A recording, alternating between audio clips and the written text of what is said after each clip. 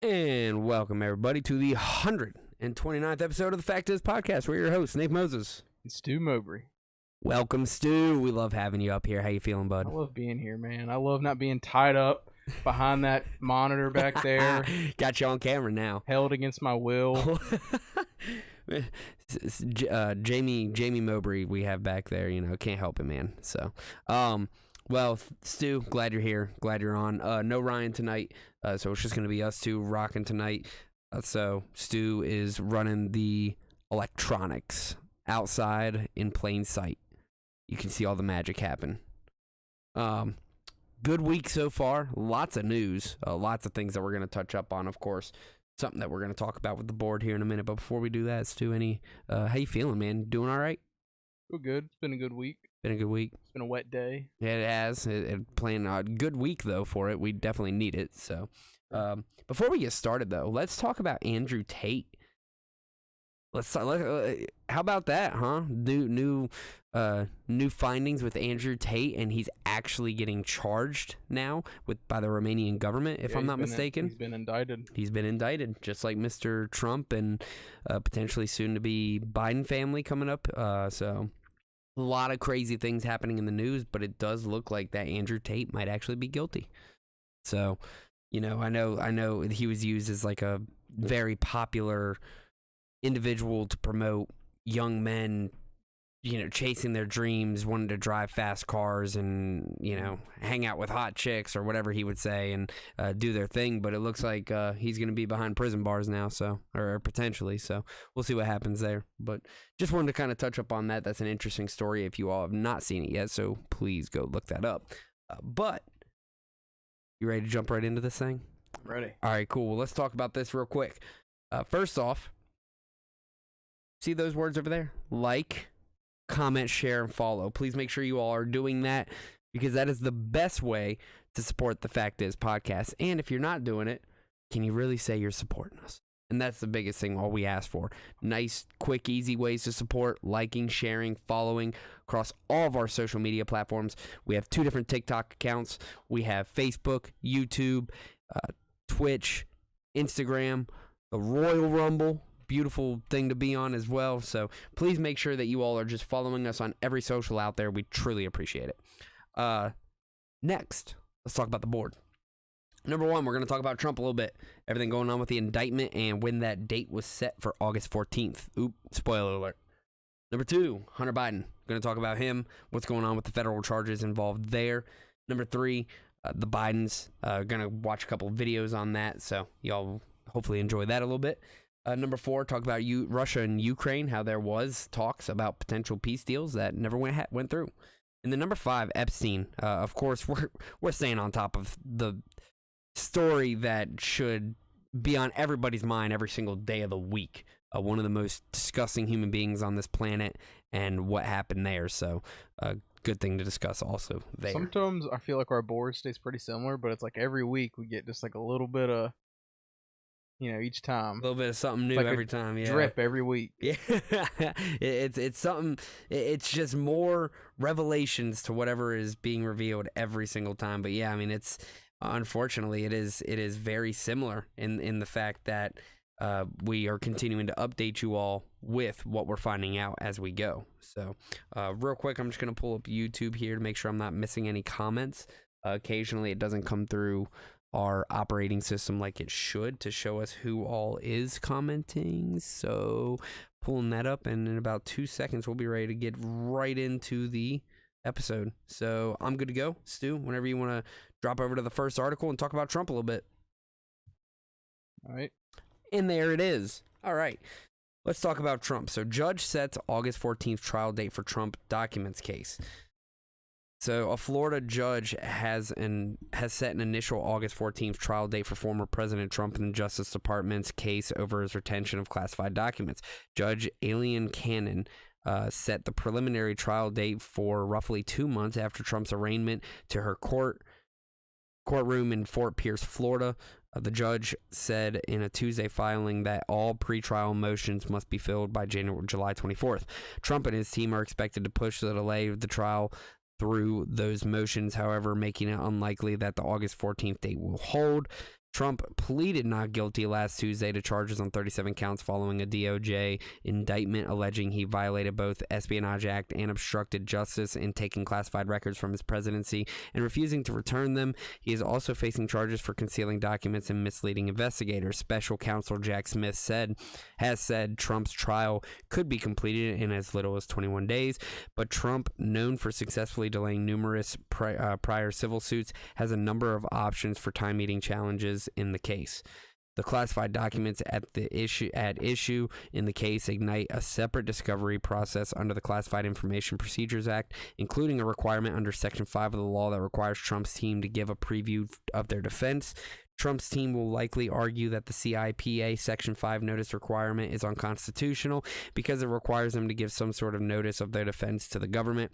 The argument has been resoundingly rejected by the courts, but it will still be made by the Trump team. Brian Greer, a former CIA attorney, previously told The Hill. Another likely battle is whether the prosecution can use the silent witness rule, a method of having experts testify in broad strokes about the classified records so that they can provide declassifying them or making them public. Trump's team is likely to push to declassify the evidence in the hopes that the DOJ will drop some of its charges. They will want to put pressure on the government to declassify as much information as possible for the trial. If Trump's lawyers got the court to rule any document that he is charged with has to be declassified in order to be used at trial, it might cause the Department of Justice to rethink some charges. Trump's legal team will also need to secure clearances ahead of the discovery process, a task that even when expedited will cause delays. The date set by Cannon falls in line with the defendant's right to trial within 70 days of arraignment. As Trump's team files motions that ignite new deadlines, the trial date will get pushed back. Cannon's order is the second in the case in as many days. Federal magistrate Judge Bruce Reinhart sided with the DOJ on Monday in ordering Trump to refrain from disclosing any evidence in the trial. His order also only allows Trump to view the classified discovery in the case under the supervision of his attorneys. Interesting. So, Trump, do you think the August 14th date is going to be held? Like, do you think they're actually going to follow through with his trial on that date? I have no idea. I mean, I can see it going later than that, right? Pushing it back a little bit. Now, here's the thing. I mean, so here in America, we have the right to a speedy trial, right? If I was Trump and I'm so sure about myself being not guilty, I mean, he must be scrambling with his lawyers right now to try to figure out every way of getting himself out of this one. Because if I'm him, I would just rather get it done and over with. You know what I mean? Especially if you think you're not guilty.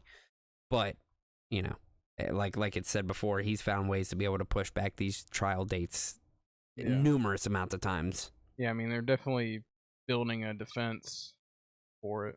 If I'm not mistaken, I think the Republican primary debates are in August or September. So they're right around that date. So he's trying to wait till he can get out and talk to the public. Well, he's going to get a lot of publicity with this trial, and then if he ends up debating, it's going to be all Trump in the media. Oh, man. So that's an interesting thought as well. What is his game plan to get involved with the public, right? Is he going to try to find a way to fire them up and to use that to his advantage? Or what is he going to do with the public? And is he going to be out there debating? Because here's the thing. In the middle of, in my opinion, you shouldn't be able to be up there if you're in the middle of a federal indictment. I mean, come on now. You are potentially about to get charged with felonies for withholding top secret information in Mar-a-Lago, and you're somehow still going to be up there debating? That doesn't make sense to me. Just like we can turn around and look at Biden as well, and what we're going to talk about with him here soon, and the bribery charges that could be brought upon him. Neither one of them should be up there debating. I'm sorry, but it's absolutely ridiculous. Yeah, I was going to say that, Dean. I was going to say innocent until proven guilty. And I agree, but does that mean they should be allowed to continue to be debating for the highest position in our country? If you're under those kind of, charges, I understand innocent until proven guilty. I'm not saying he needs to, I'm not saying that he can't come back and do it. Well, he's still a presidential candidate. He's still a candidate, but I don't know, man. I just don't like the idea of, because this is the first time in history that we've had presidents who are, besides like Nixon with the Watergate scandal, and I mean, he resigned anyways. He knew he was going to get kicked out, but. Yeah, I mean, I can't speak on that because there could have been more. We just weren't alive at the time. I don't remember. Yeah, fair enough. But for me, it's this is the first president or ex-president who's ever been indicted. Yeah, I guess Hillary, she was able to debate when she was having her. She never got indicted, though, did she? No, but she was investigated. Yeah, she was investigated, but she never got indicted, right? Which is the difference. So that and again, I get it, innocent until proven guilty. I'm all for that because, of course, I don't want him sitting in a jail cell if he hasn't done anything wrong. But to be debating for the highest position within this country and you have indictment charges, how bad is it going to look if he ends up getting found guilty? You know what I mean? I'm pretty sure under the law, even if he is guilty and he gets locked up, I'm pretty sure he can still run for president. I don't think so. I don't think you're allowed to have a felony and be a president. Like, run for presidency. Yeah, I guess if it is a felony. So interesting. I'm sure it'll get continued. Innocent until proven guilty. Yes, absolutely. They should be allowed to. Both sides, regardless of what they're charged with. What if they're found innocent and they missed out on the opportunity to debate and campaign due to the trials and stuff? I mean, I get it. I agree with that, Dean. I don't know. I'm still up in the air on that. I'm sorry, guys. I can't budge on this one just because, again, I do believe innocent until proven guilty, but I also do believe that when you're going for a position of this stature, you know, and yeah, I guess you could miss some important debates and whatnot, but I guess that goes back to like the root of all of our issues in the first place with the amount of money that's being poured into these debates and whatnot. Also, I would tell everybody, if you haven't, to go and read the indictment and just get all the information you can on the indictment, because I think a lot of people are writing it off, which I know there's been multiple investigations against Trump and they've been proven to be false, and I understand that, but it's almost like the boy who cried wolf, right? You know, this indictment's out and I feel like a lot of people are just writing it off, but you should go read and get the information that's been posted. Yeah. No, I do love your and Dean's take though. You know, because I like you said, innocent until proven guilty. So I like how we have a difference of opinions on this one, but at the same time, yeah, I can definitely see why it would swing your all's way, just because, yeah, I can get that. But interesting story, of course. We're going to keep up with it, continue to follow through with it, because this is going to be one of the biggest stories, especially if he's found guilty, right? So it'll definitely be something interesting. And let's just play a scenario out. Trump is found guilty. Who do you think the next front runner for the Republicans is? Oh, well, if you're saying if Trump can't run? Yes. If Trump can't run, it's obviously DeSantis. You think DeSantis? They're just going to ride him all the way to the... Yeah. Yeah. And then, you know, another interesting thing is if they start finding out more about Biden and he becomes indicted, well, I think we all know who we want up there for the Democratic side, right? Or Robert Kennedy Jr. Who doesn't want him up there? You know, he's been great to listen to, and you see a lot of people kind of falling behind him, and he's picking up a lot of momentum. But you know, so if things happen with Biden, because more than likely, Dean says Bernie. I don't know, because they could throw like Gavin Newsom or somebody in if they really wanted to. If the far left wanted to, or just Democrats in general, yeah. I don't know, though, because I'm really liking Robert Kennedy. I think he's a great individual. You know, a lot of the things he says is sensible. Granted, it's hard to, and I get it, like it's very hard to sit there and, you know, with the way he talks out there, a lot of people try to bash him because of that, but it's not really fair to do that. And what's crazy is that it actually came from what he thinks was a flu vaccine. You know, with his speech impediment, I guess it's a very, very rare thing that can happen. And a lot of people are trying to bash him for it, which isn't fair because, again, it's something that happened due to a vaccine. So I really suggest that you all look up Robert Kennedy Jr., great candidate, I think, to fall behind. So just make sure you pay attention to him. Other than that, Trump, we'll keep up to date with it. We'll see what happens. Anything else you got on that one? No. So as of right now, we're looking at August 14th. It'll probably get pushed back, so we'll see what happens. Moving forward, let's talk about Hunter Biden, another great individual to discuss here. So what are the federal charges against Hunter Biden? Hunter Biden, the son of the U.S. President Joe Biden, has agreed to plead guilty to 2 tax charges and enter an agreement that may allow him to avoid a conviction on a firearm offense. According to a court filing on Tuesday, here's a look at each of the charges. It's a willful failure to pay federal income tax. I wish I could do that, not pay income tax and get away with it. Hunter Biden has agreed to plead guilty to 2 counts of willful failure to pay federal income tax. He is charged with twice failing to pay over $100,000 in income tax. The amount stemmed from over $1.5 million in taxable income Biden received in 2017 and again in 2018. Those charges are misdemeanor counts. The maximum penalty is a fine of $25,000 as well as up to 1 year in federal prison. Imprisonment is not mandatory under the charge. Firearm possession. So Hunter Biden also charged with possessing a revolver for about 11 days in October 2018 while being an addicted and unlawful user of controlled substance. That charge is a felony. In 2021 memoir, he described dealing with substance abuse issues in his life, including crack cocaine use and alcoholism. Biden was discharged from the U.S. Navy Reserve in 2014 after testing positive for cocaine, sources told Reuters in the time. Biden is entering a pretrial diversion agreement on the firearms charge. Prosecutors said in a letter to the court on Tuesday, pretrial diversion is an alternative to prosecution that is sometimes used to allow defendants to avoid prison time or a criminal conviction. Such programs can include requiring individuals to undergo treatment for substance abuse. If Biden successfully completes the terms of his diversion program, the charge could be lowered or dismissed. The prosecutors could seek a lighter sentence for him. That's a little ridiculous. I'm sorry, but that is a little ridiculous. The fact that they want to lower these charges, or they, because look, I mean, I'll be honest with you. Any of your normal everyday citizens who go out there and are on drugs and are caught with a firearm, you are going to get locked up. It's just what happens to people who don't have money or power or resources to be able to get out of these things. I've seen it. I've personally, been able to see things of this nature, and I know that the court system does not play lightly with this stuff. So why are we helping somebody who is supposed to be held up to a higher standard, considering he was part of our reserve?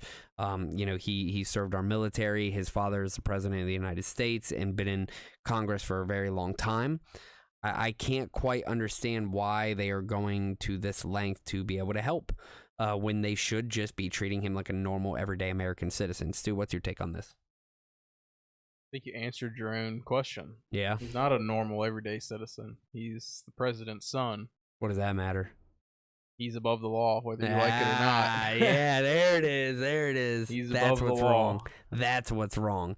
They're considered above the law because they've been serving his father has been serving our country for a very long time.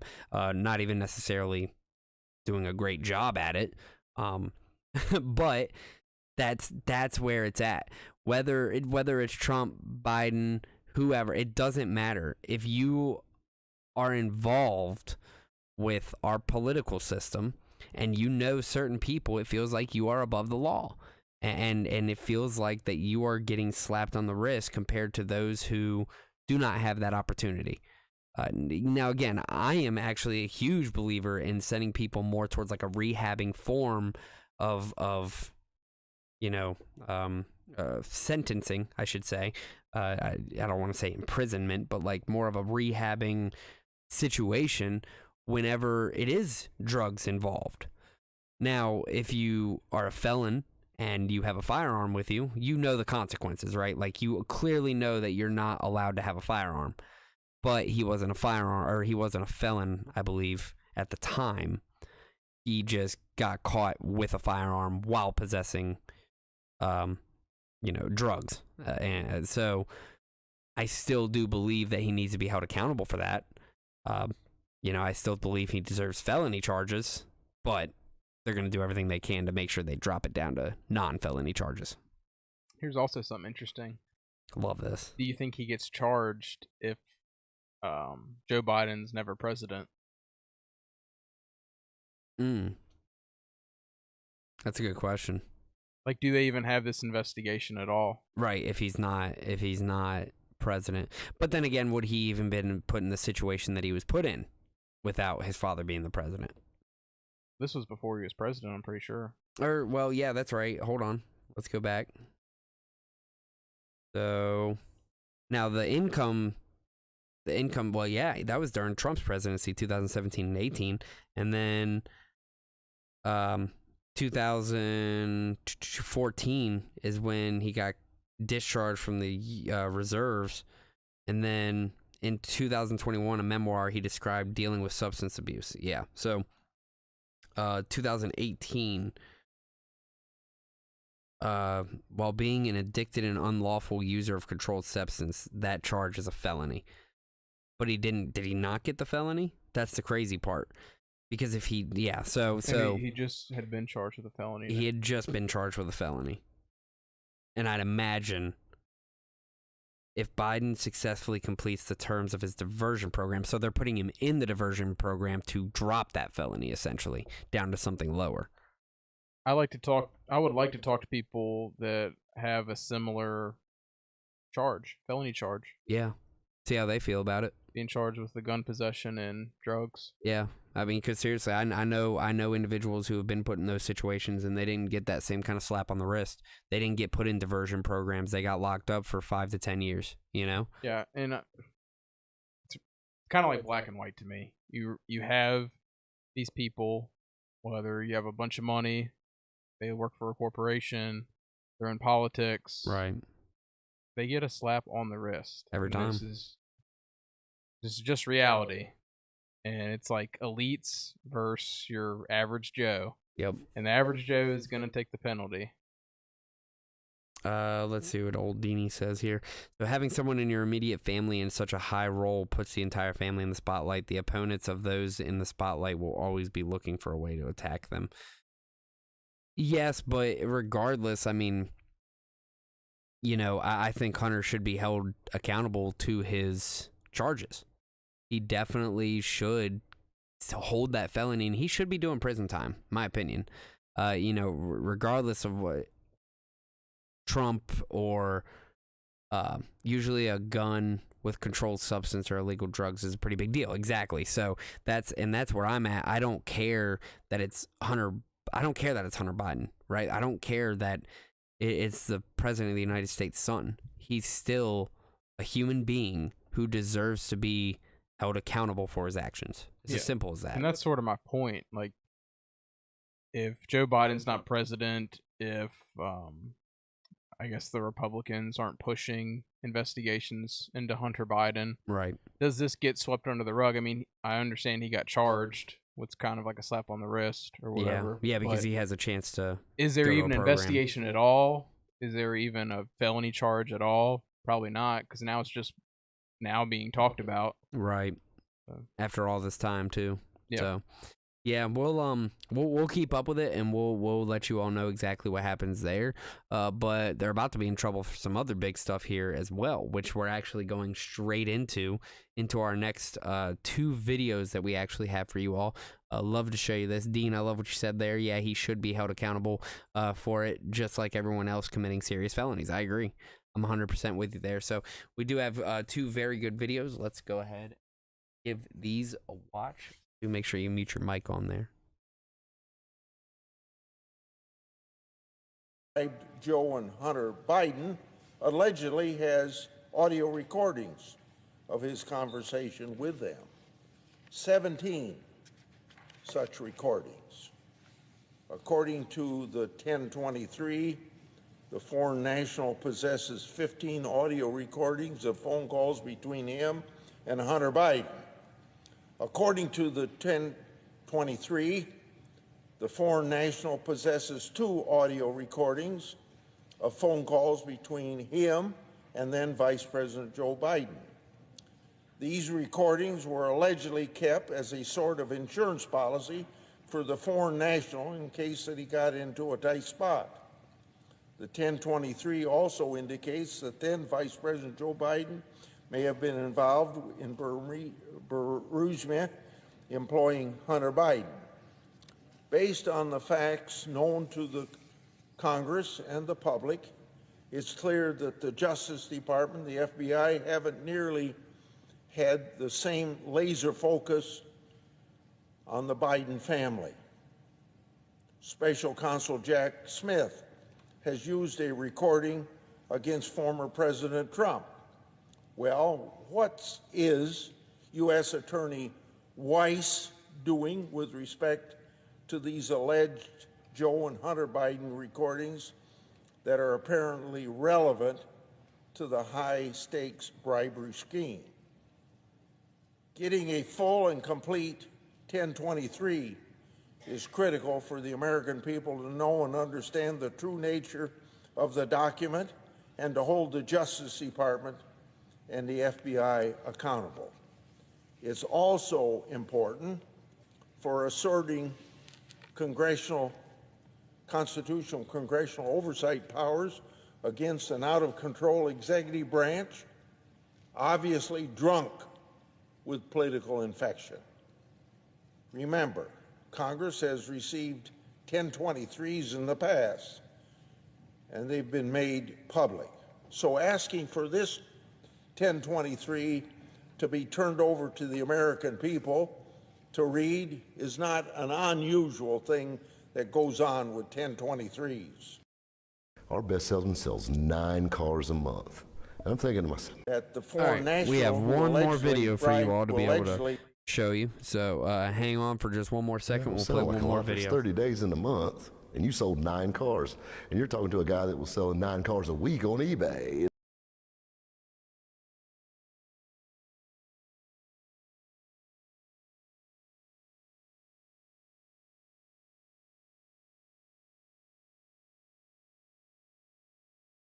Senator Blackburn's question that not releasing the 1023 or talking about it as a matter of life and death, question of life and death, you said. Explain. It is potentially a question of life and death For whom? with regard to the source of the information.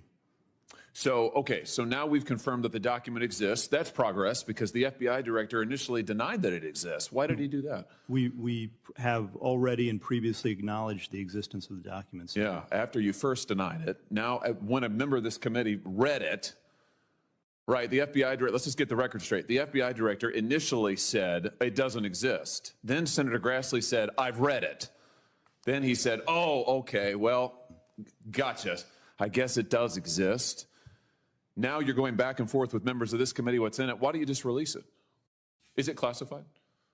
The document is not classified. Okay. Will you commit to releasing it? Senator, we'll take that back and we will work with you and this committee. How about just a yes or no? Will you commit to releasing this unclassified document that alleges that the President of the United States, has taken $5 million or more in bribes from a foreign nation?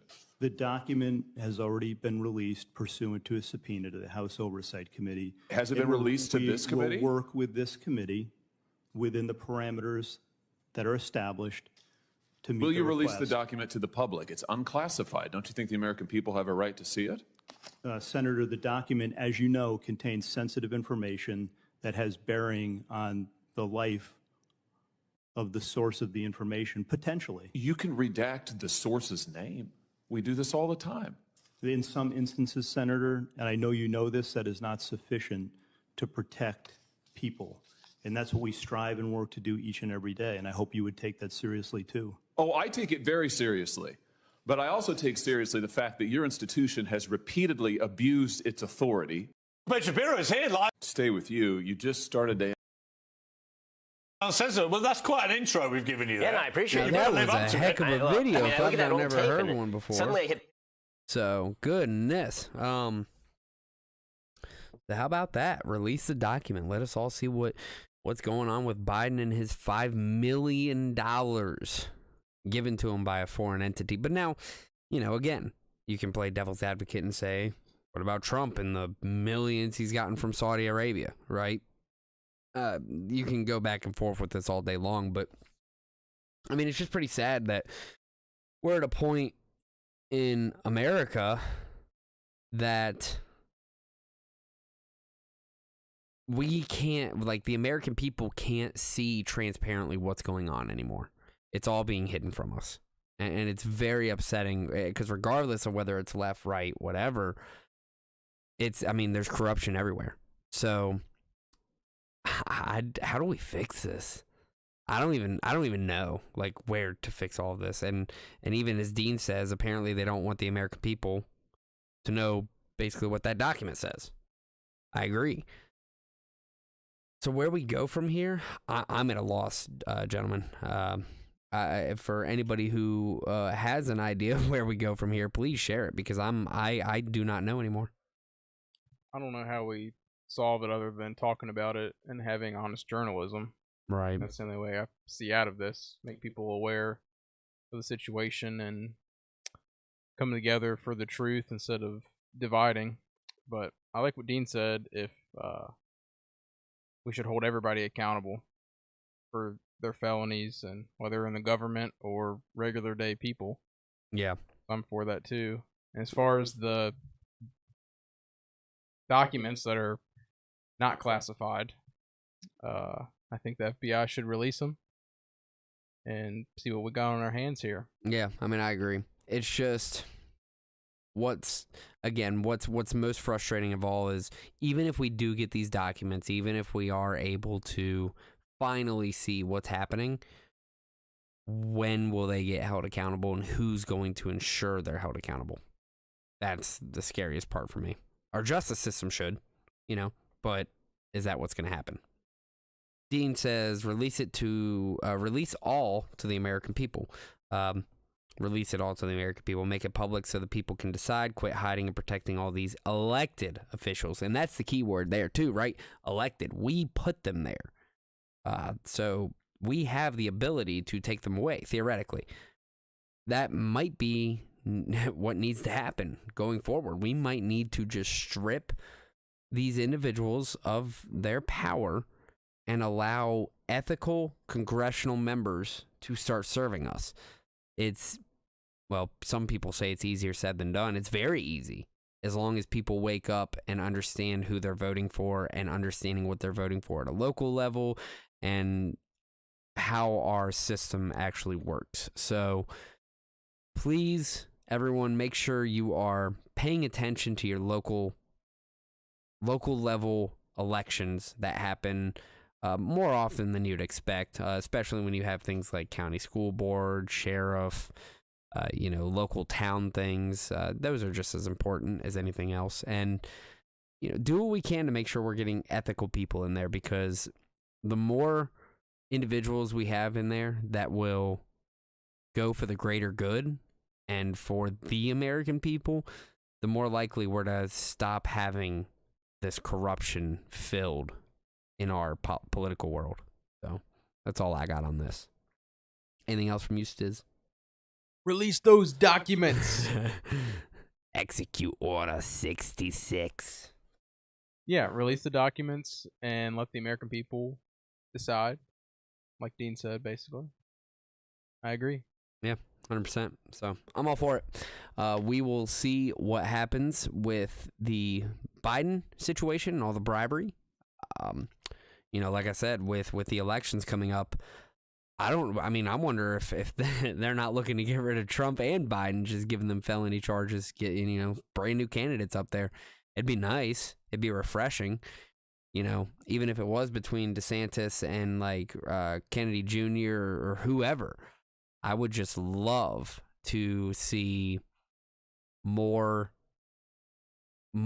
choices up there, and better choices than what we have currently, because we need something. Throw us a bone here. All right. Any other topics on that? Touch ups on that? Anybody? No? Going once, going twice? Yeah, I mean, it's hard to comment on it because we don't have the documents at this time. Yeah. But apparently they are real and they exist. So it's only a matter of time, I guess, before they're released. And then I'd imagine they start going after charges and he gets indicted. So we'll see what happens Based there. on what the recordings are, yeah. I mean, yeah, depending on those, of course. So we'll see what happens, and especially if it's 15. My goodness.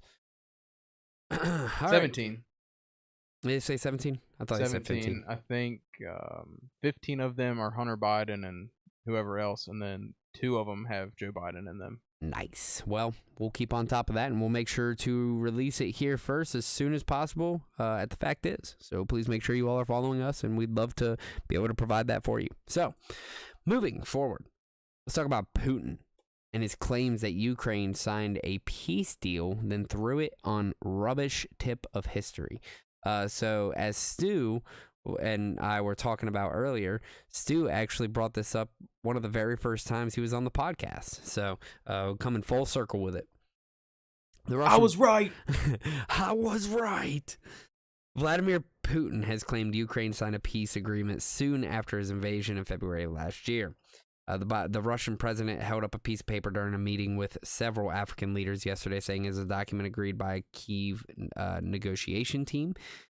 He said the deal had been reached during talks held in Turkey in the month after Russia launched its full-scale assault on its neighbor. Kyiv is not commented on the claims.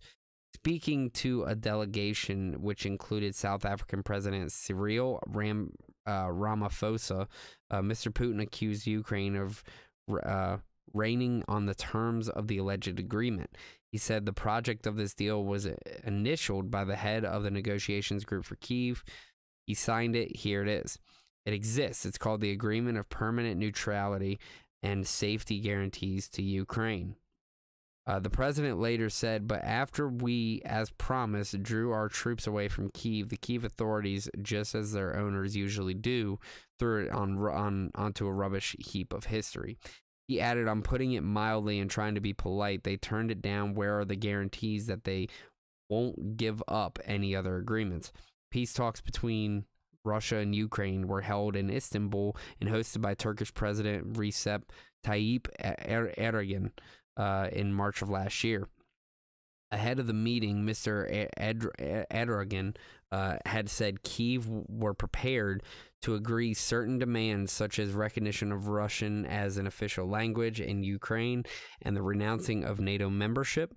No official deal was announced following the discussions, which came to an end on March 29th, but Russia said it would be withdrawing its troops from the area around Kyiv.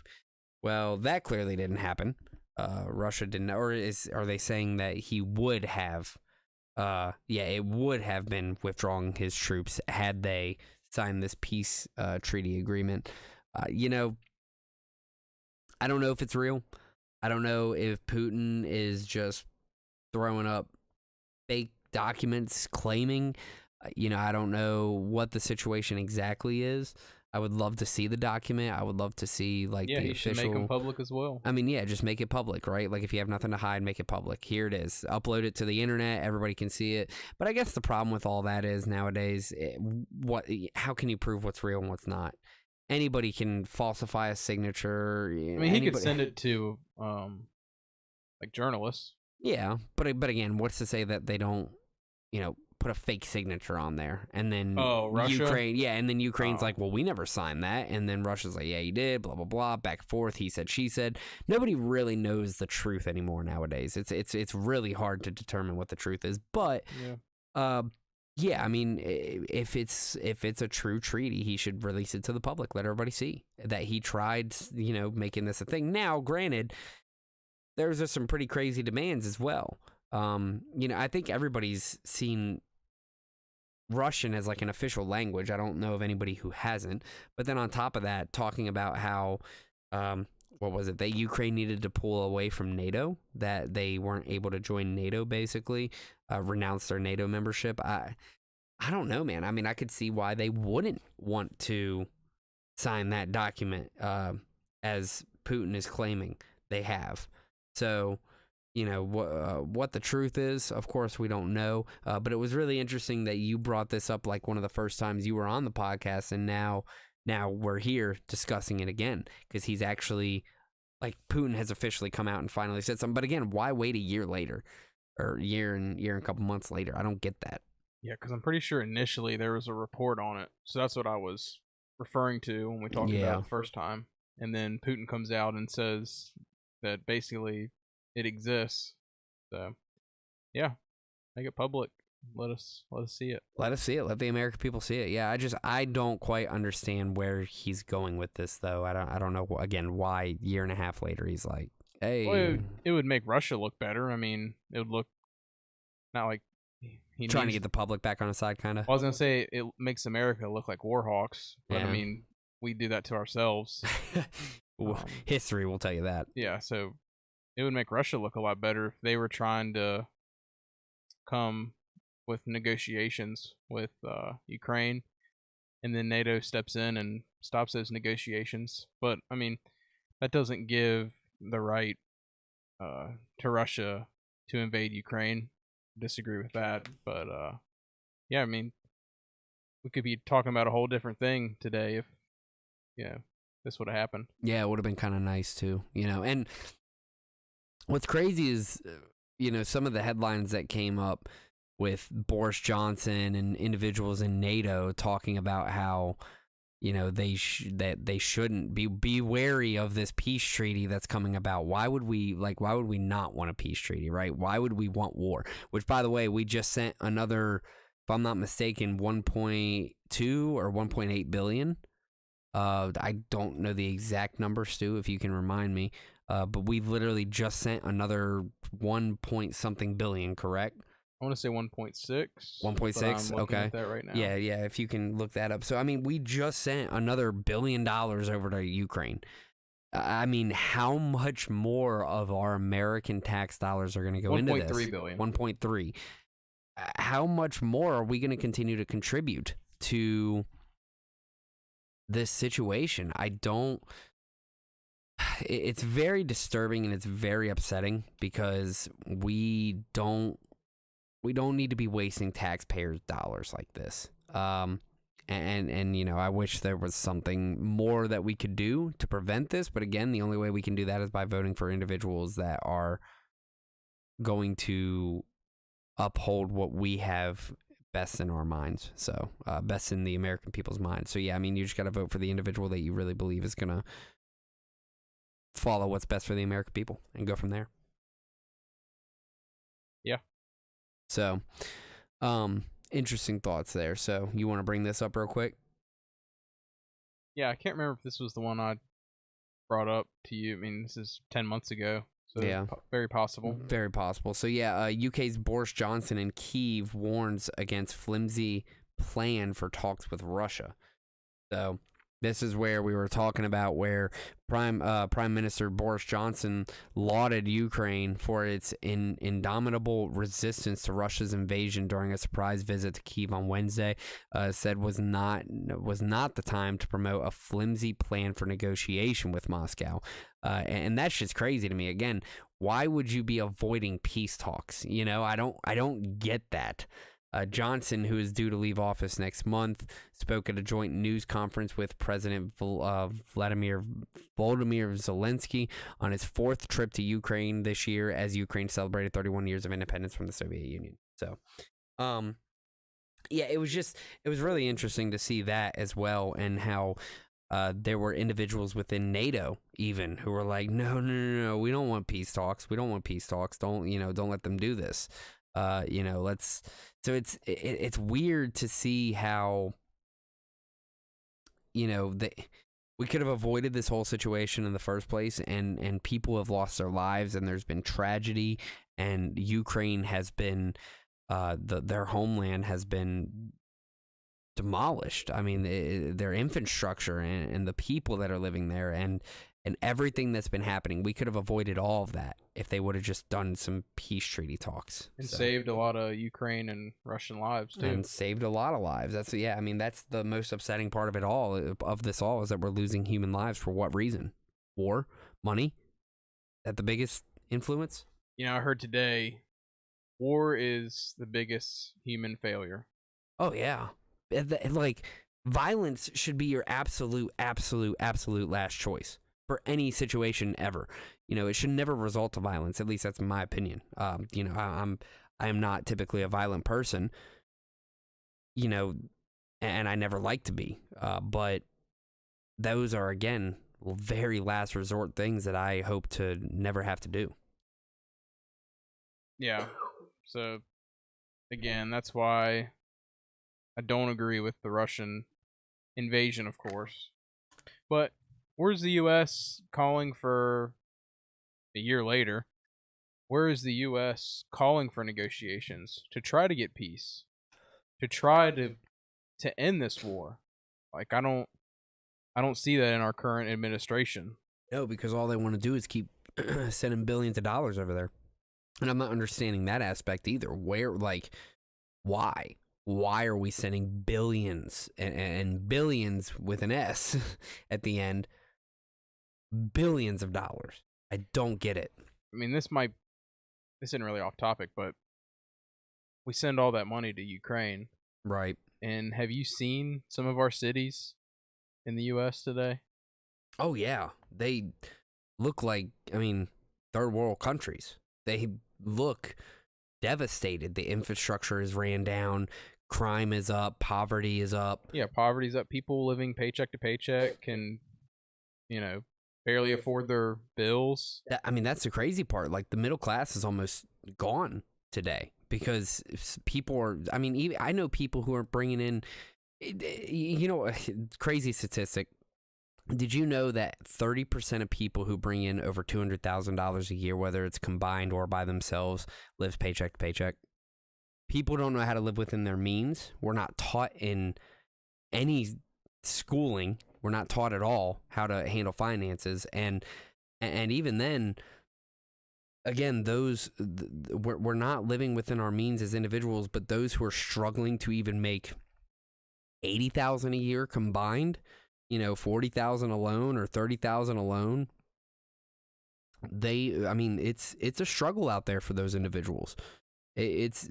Money is tight, and how expensive it is to live, especially here in America right now, is ridiculous. So, for anybody who is struggling out there, I apologize to you, but at the same time, just remember that we can get ourselves out of this if we really choose to. So that's the way I look at it. Anything else with this? No? I'm good to go? All right, Putin, Ukraine. Well, hopefully there's some peace there, and hopefully eventually this war ends. It's like all these stories we end, it's just like, stay tuned for more information. We'll be back next week. Yeah. I mean, seriously, it's never ending. There's almost no conclusions to any of this that's been happening. So, but all these issues, man, like, they just go deeper than what the mainstream media wants you to believe. Like, they don't dive into it. They do not dive into it at all. It's just Democrats are doing this, the Republicans are doing this. Yeah. And they just try to divide. And here on this show, we're not trying to do that. Yeah. We're trying to be better than that and actually view these stories and do a deep dive into them and not feed you some garbage talking points that the mainstream media does every day. Yeah, no, well, I'm with Stuart on that. The point of this show is very similar to a Joe Rogan and Crystal and Sagar type-esque, right? We want to present information, we want to put it out there, but we also want to have, now the unique part of this show is that we have commenters live and that we let you all have these discussions and talk with us. That's the only difference between our show and theirs. So, that's what we're trying to make our show so unique with, but that's what we're trying to do, is we're trying to create that type of environment. We want to talk, we want to have open, honest discourse, and we want to get to the bottom line and the solution of these things, because ultimately the American people are going to be the ones who have to figure this out in the end. Yeah, I think, like you asked earlier, how do we get ourselves out of this? It's coming together, not division. It's coming together and discussing these topics and just having like a real conversation, critically thinking. Yeah. Being open-minded. I mean, you have to learn to admit when you're wrong. Oh, yeah. And I think that's a big thing, whether you're on the right or the left. It's you put your identity into this thing, whether it's Trump, you back Trump, or whether you back Biden, the Republican Party, or the Democrat Party. It's almost like a sports team. And you take it so personally. Yeah, if you're a fan of a sports team or a player, anything that they do wrong, well, you have a bias, and you're probably gonna take their side more often than not. Right. And I don't know. I just think some of these, it's like an identity crisis sometimes for these people. Yeah. Because they back these people, they back these parties, and it just becomes part of their identity. And if something knocks that off their course, they can't grasp it. They can't deal with the reality of that. And I mean, it's sad. That's why, I mean, me personally, I just, people say you gotta pick a side, you gotta pick a view. No, I don't. I don't pick a side. Yeah, exactly.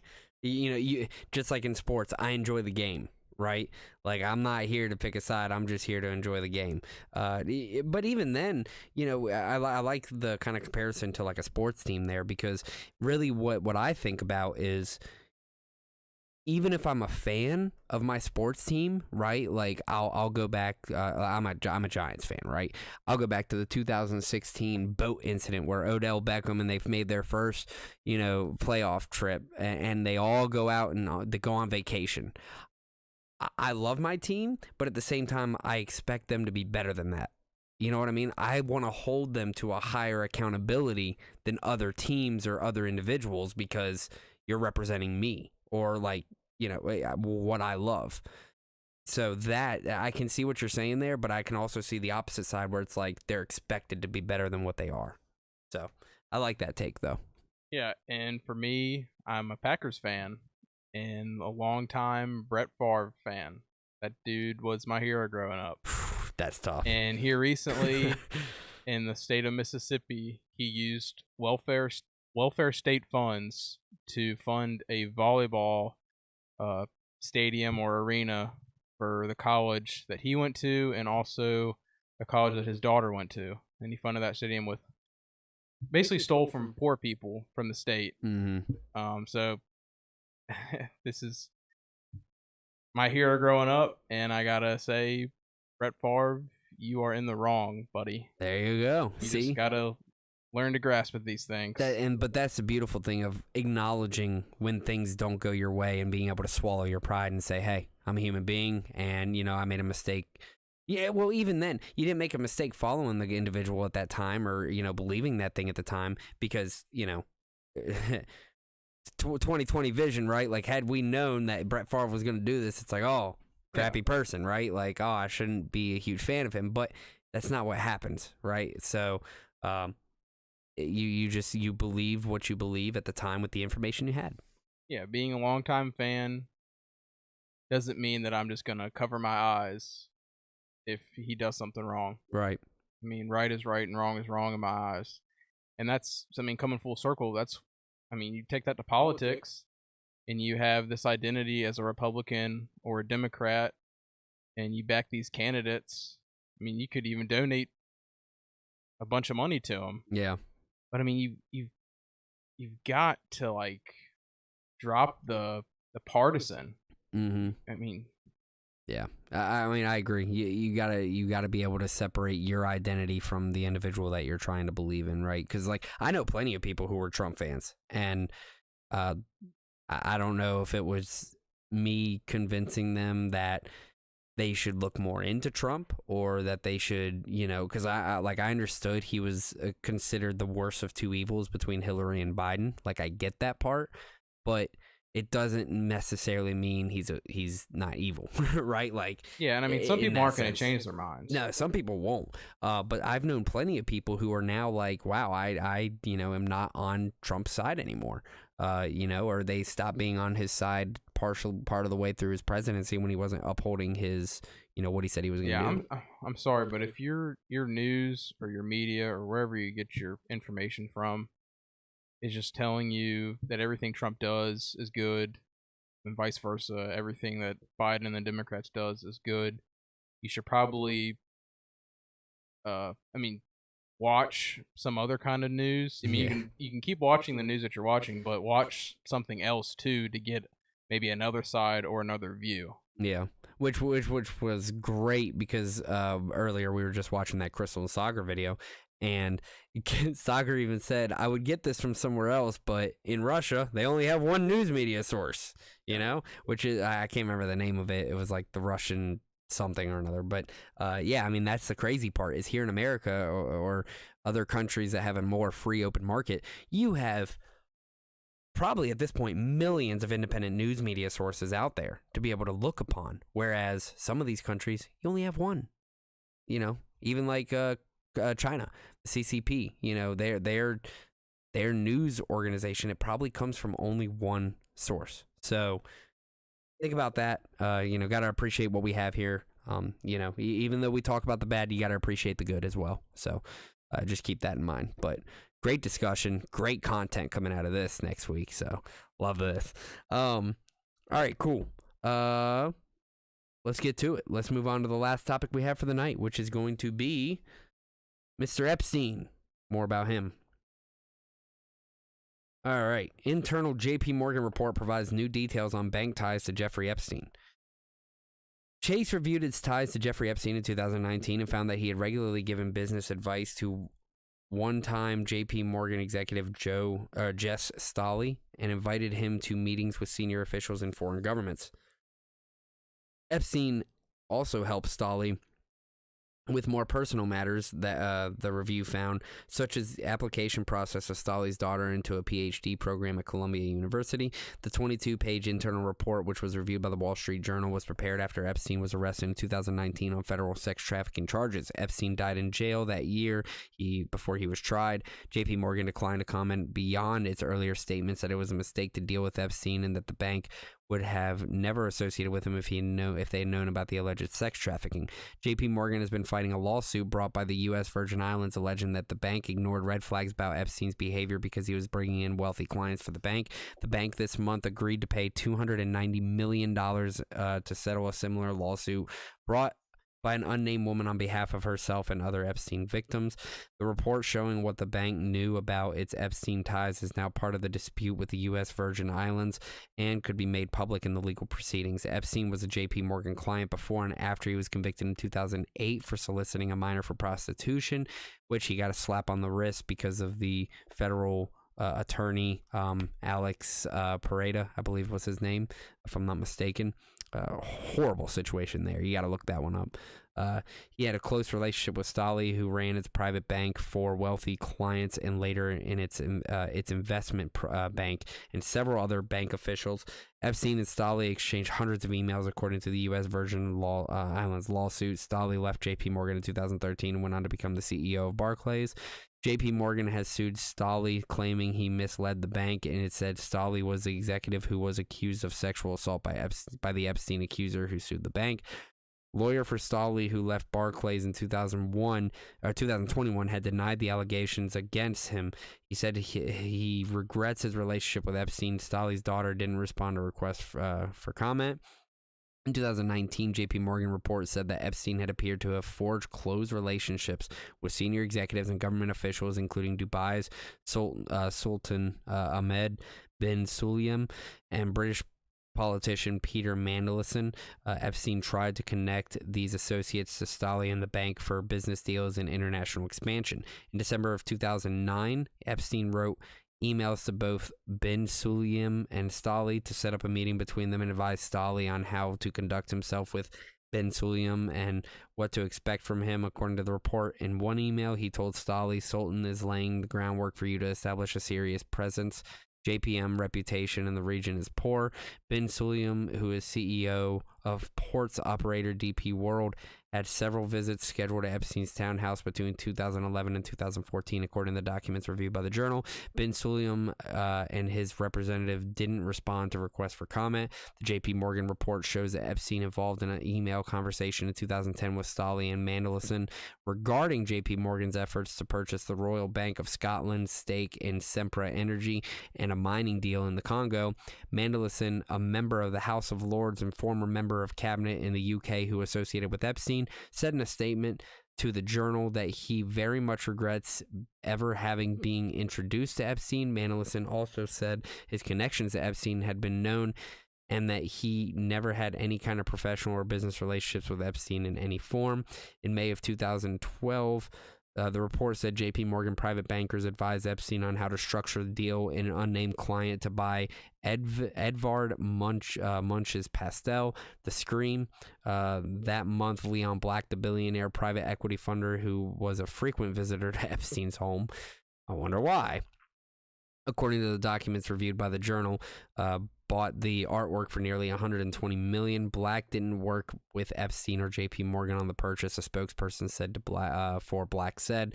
Black has said he paid Epstein for tax and estate advice. The 2019 report said that Stolle and the bank's current head of asset and wealth management, Mary Erdos, had regular communication with Jeffrey Epstein related to the certain strategic initiatives and business proposals starting in 2011, and there are occasional personal emails between Erdos and Epstein intercepted. There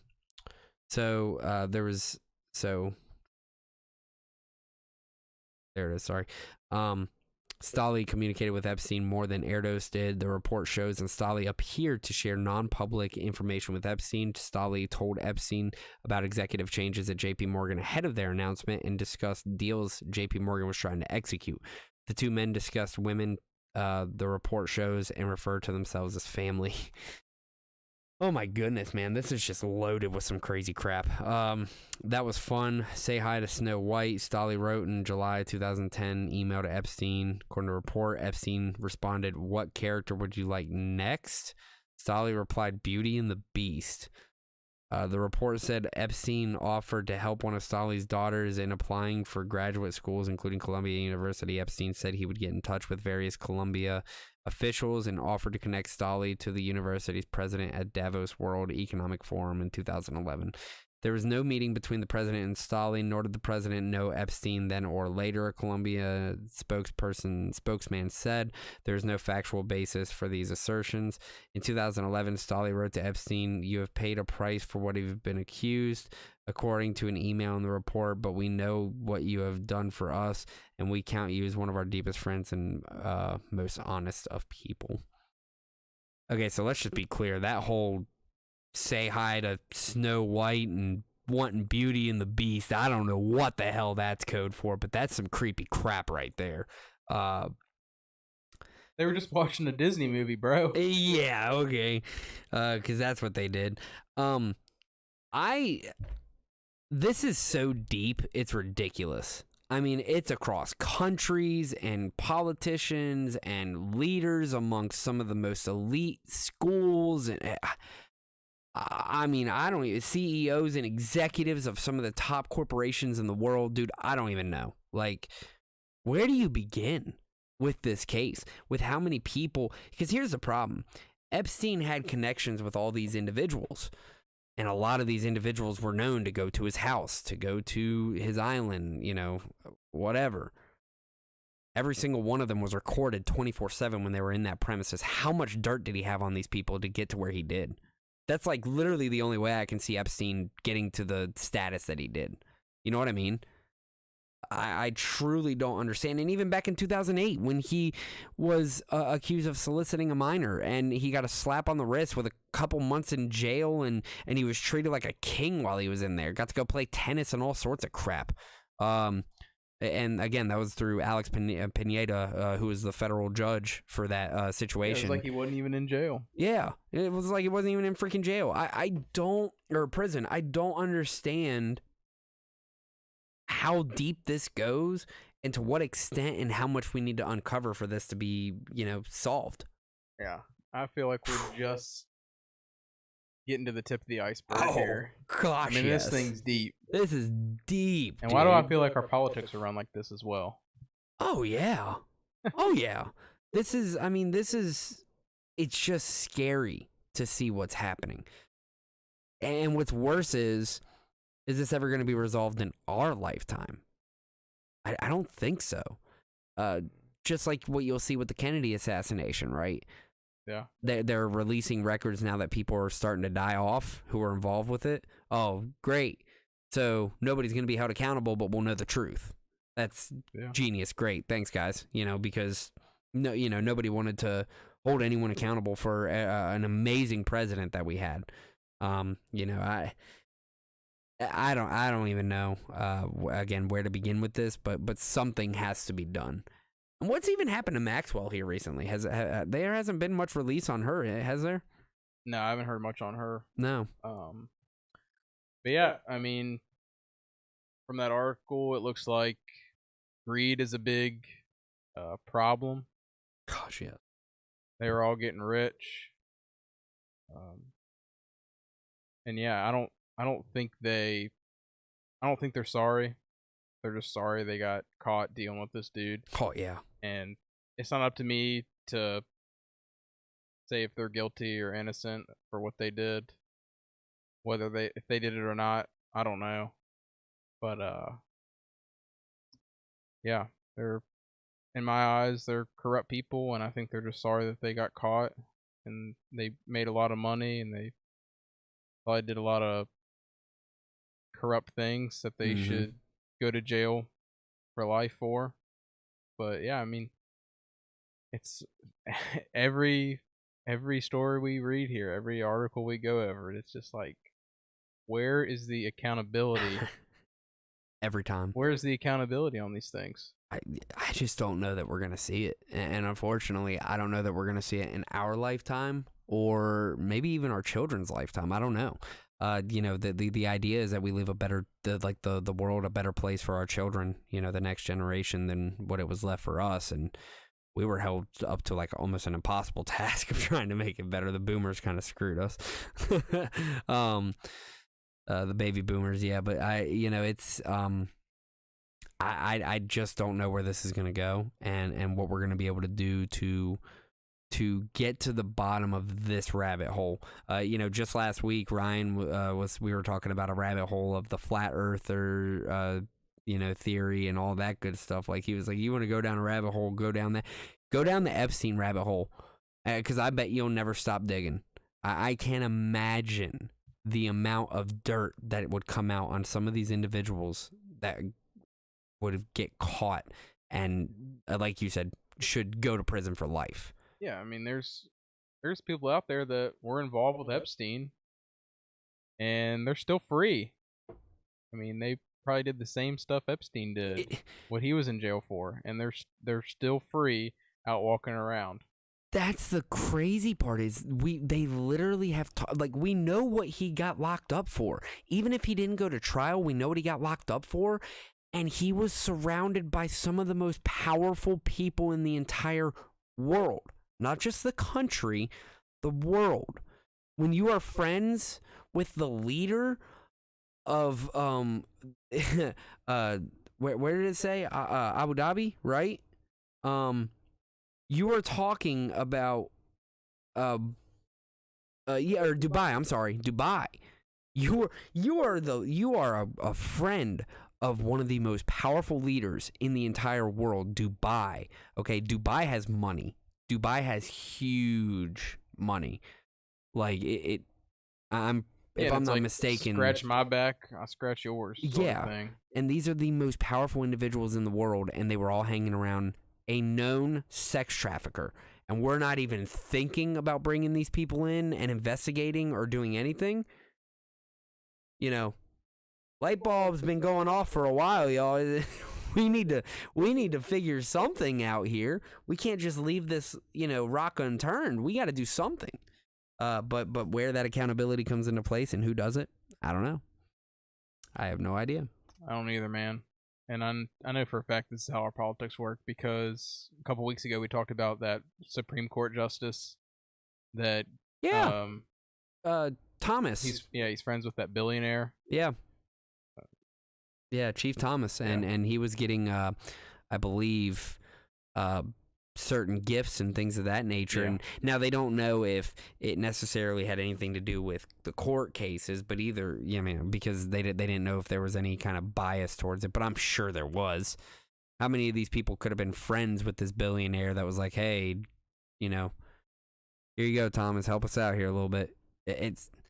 It goes so deep, it's scary. And again, whenever somebody actually decides to start going through and holding these individuals accountable is the day that I will just be a very happy individual. I think the elites have bought our politicians. A lot of them. It's what it feels like.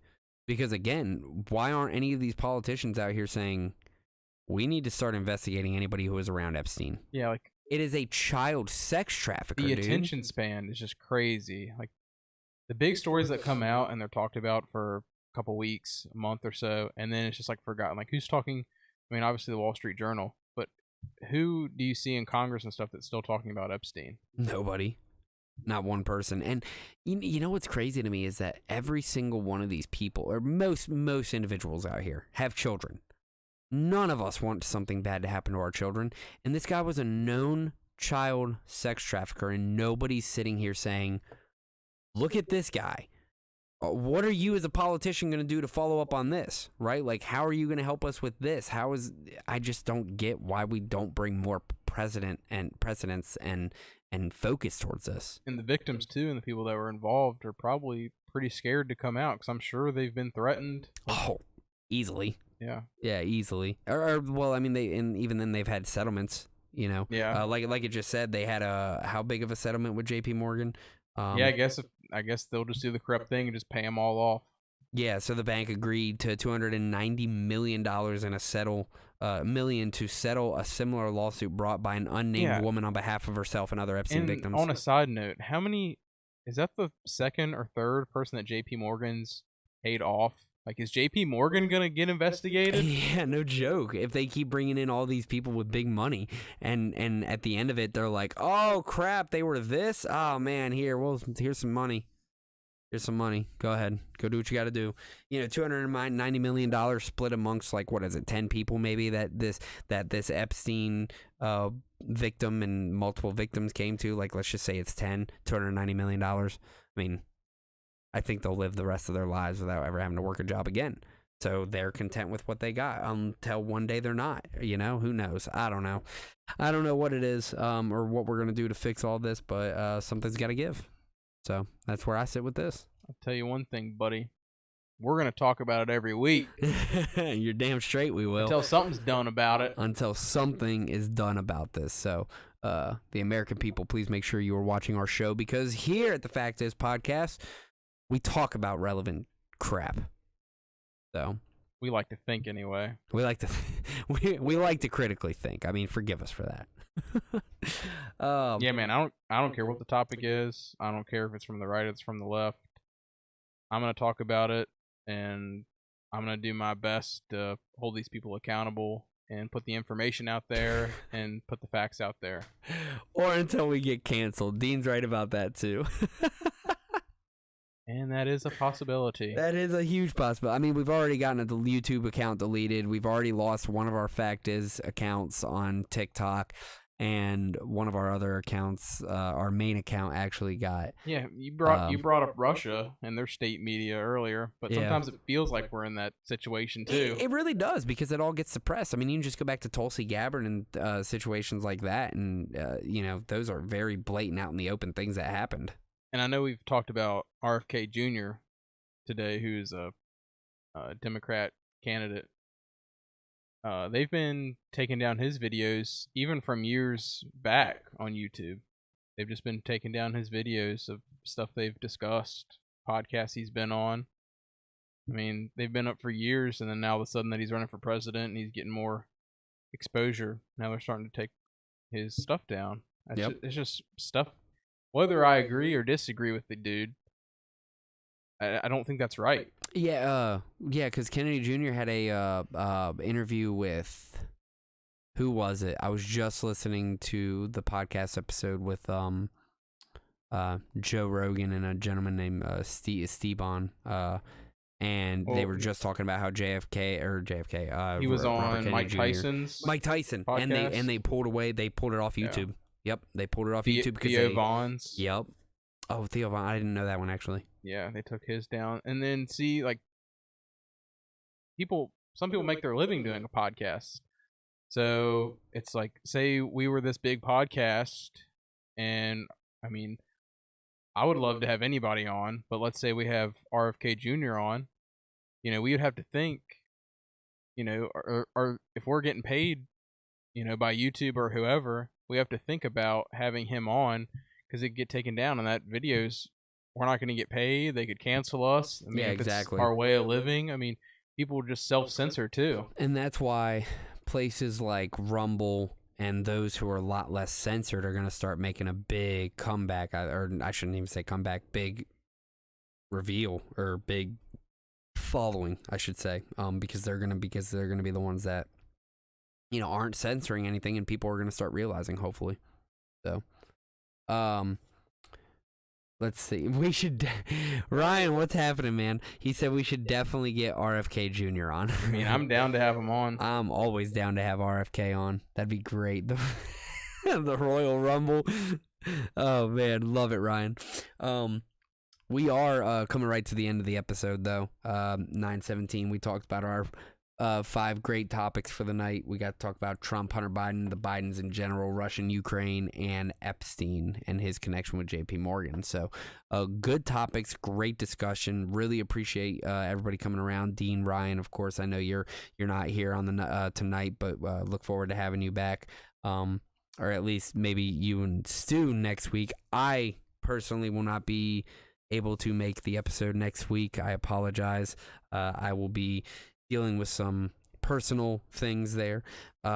Brittany would love to hear about aliens because she has the only time she wants to jump in here is whenever it's about aliens, and she wants to know if Megalodon is real.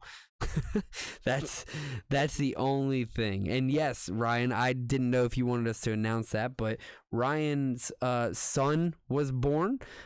Congratulations, Ryan. We're very happy for you. Very, very happy for you and your family. Very healthy son, and your wife came out of it very healthy, and that's all we can ask for. So happy for you, brother.